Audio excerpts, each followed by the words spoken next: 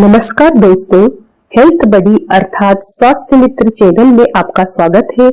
हमारे चैनल का उद्देश्य है स्वास्थ्य के प्रति जागरूकता लाना और दवाइयों का खर्चा घटाना। आज का विषय है वर्षा ऋतु में आहार विहार। जैसा कि आप सब जानते हैं कि हर ऋतु में पृथ्वी का वातावरण बदलता है और पृथ्वी का वातावरण बदलता है तो हमारे शरीर पर, बल्कि ना सिर्फ हमारे शरीर पर बल्कि पृथ्वी में रहने वाले हर जीव जंतु, पेड़ पौधों पर उस वातावरण का प्रभाव पड़ता है। तो हर ऋतु में आपका शरीर अलग तरह से रिएक्ट करेगा और हर आहार और हर विहार के गुण भी उस ऋतु के अनुसार अलग अलग होंगे। तो आइए आज हम बात करेंगे वर्षा ऋतु में आपका आहार क्या होना चाहिए और विहार क्या होना चाहिए। इसे कहते हैं वर्षा ऋतुचर्या। ऋतुचर्या एक आयुर्वेद में कंसेप्ट है जिसमें आपके स्वास्थ्य को कैसे आप साल भर बनाए रख सकते हैं और उस समय क्या चीजें पृथ्वी पर प्रधान होती हैं, वो सारी बातें बताई जाती हैं। तो ये ऋतुचर्या के कंसेप्ट पर हम एक अलग से वीडियो बना चुके हैं। आप वो वीडियो का लिंक नीचे विवरण में देख सकते हैं। आज हम बात कर रहे हैं वर्षा ऋतु की। मानसून अपने जोरों पर जब होता है तो उस समय हमारे शरीर में वात दोष का प्रकोप बढ़ जाता है। हर ऋतु में अलग अलग दोष का प्रकोप बढ़ता है। वो जानना है तो आप त्रिदोष वाला वीडियो भी देख सकते हैं, उसका लिंक भी हमने विवरण में दिया है। वर्षा ऋतु में वात दोष का प्रकोप बढ़ता है। वात दोष का प्रकोप बढ़ने से क्या होता है, शरीर में जितने भी आपके पुराने दर्द होंगे, चाहे जोड़ों का दर्द हो, कहीं पुरानी चोट लगी हो, कमर दर्द हो, सारे दर्द इस ऋतु में फिर से उठ के आते हैं। आपको लगेगा अरे हमने तो दवाई ली थी, ये दर्द तो खत्म हो जाना चाहिए था। क्या होता है कि दवाई से दर्द दब जाता है, लेकिन वात दोष का प्रकोप जैसे ही वातावरण में बढ़ता है, वातावरण के साथ साथ हमारे शरीर में बढ़ता है, तो पुराना दोष जो आपने दवाइयों से दबाया हुआ था वो फिर से उठ के आता है।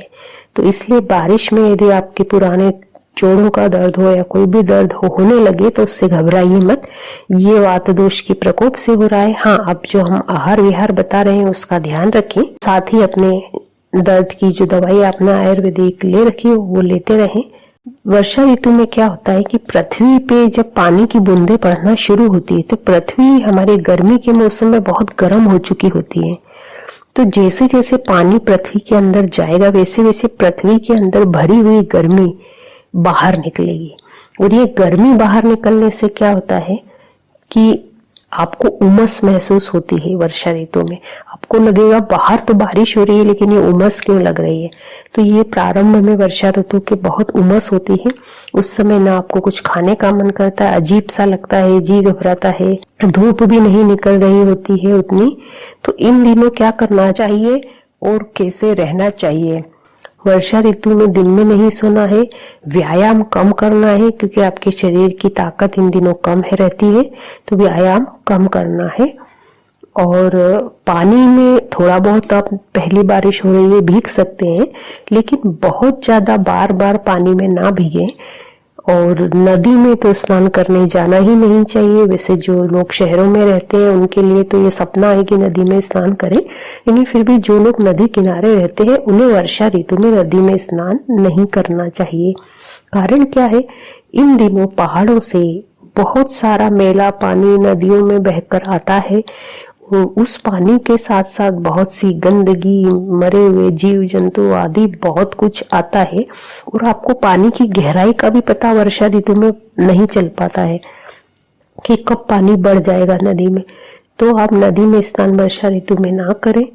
अब हम आते हैं आहार में क्या लें। तो वर्षा ऋतु में हमको सारे भोज्य पदार्थों में यदि शहद मिलाकर खा सके तो बहुत अच्छा है। शहद वैसे 12 महीने आप खा सकते हैं। आयुर्वेद में शहद को बहुत ही पौष्टिक माना गया है। इसलिए जब आपको ये नहीं पता हो कि ये दवाई कैसे लेनी है तो कोई भी दवाई आयुर्वेद की आप शहद से ले लें तो चल जाता है। शहद में एक बात का हमेशा ध्यान रखें कि शहद कभी भी गर्म पानी या गर्म दूध में ना मिलाएं। गर्म से मतलब कड़क गर्म। हाँ, गुनगुने पानी गुनगुने दूध में आप शहद मिला सकते हैं, क्योंकि शहद हमेशा ठंडे या गुनगुने पदार्थों के साथ ही खाया जाता है।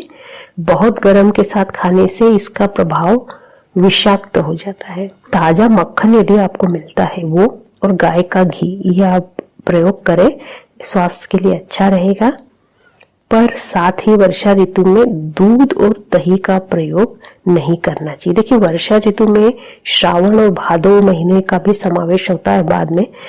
तो श्रावण में दूध नहीं खाते हैं और भादो में दही नहीं खाते हैं, ऐसा भारत में कहावत है। इस ऋतु में चूंकि गाय हरी घास खाती है तो दूध और दही का उपयोग ना करें तो अच्छा है, पर घी और मक्खन का उपयोग कर सकते हैं।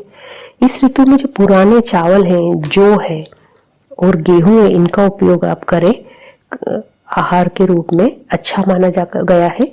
और मूंग की दाल, चूंकि मूंग की दाल सुपाच्य होती है और इस ऋतु में आपकी जठराग्नि भी कम हो जाती है। कम हो जाती है क्यों? क्योंकि इस ऋतु में सूर्य की किरणें उतनी आती नहीं है पृथ्वी पे, और आपके शरीर सूर्य और चंद्र के हिसाब से प्रभावित होता है। तो आपकी जठराग्नि और ताकत भी शरीर की कम रहती है, तो उससे भी जठराग्नि कम होती है। तो आपकी जठराग्नि जो कम हो जाती है, उसके लिए सुपाच्य भोजन वर्षा ऋतु में अच्छा रहता है।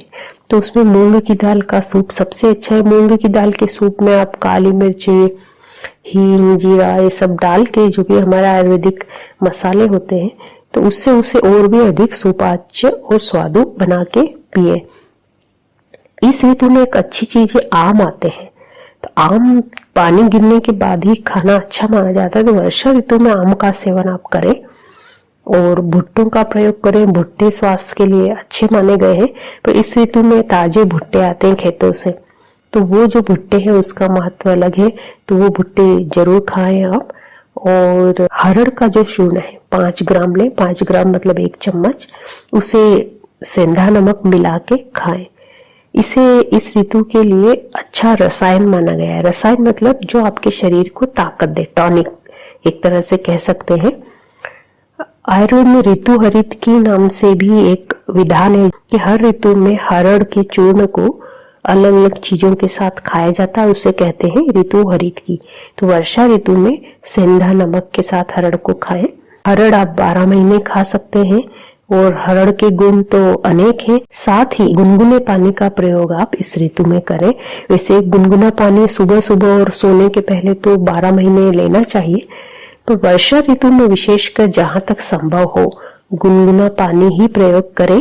इससे क्या होगा, एक तो आपकी जठराग्नि जो पहले ही मंद हो जाती है इस ऋतु में, गुनगुना पानी जाने से उसको एक सहायता मिलती है, क्योंकि सुपाच्य होता है गुनगुना पानी, गर्म पानी, और वात दोष का भी शमन ये गुनगुना पानी करता है। देखिए, वात दोष का प्रकोप है, ये तो हमने वीडियो के प्रारंभ में ही बता दिया था।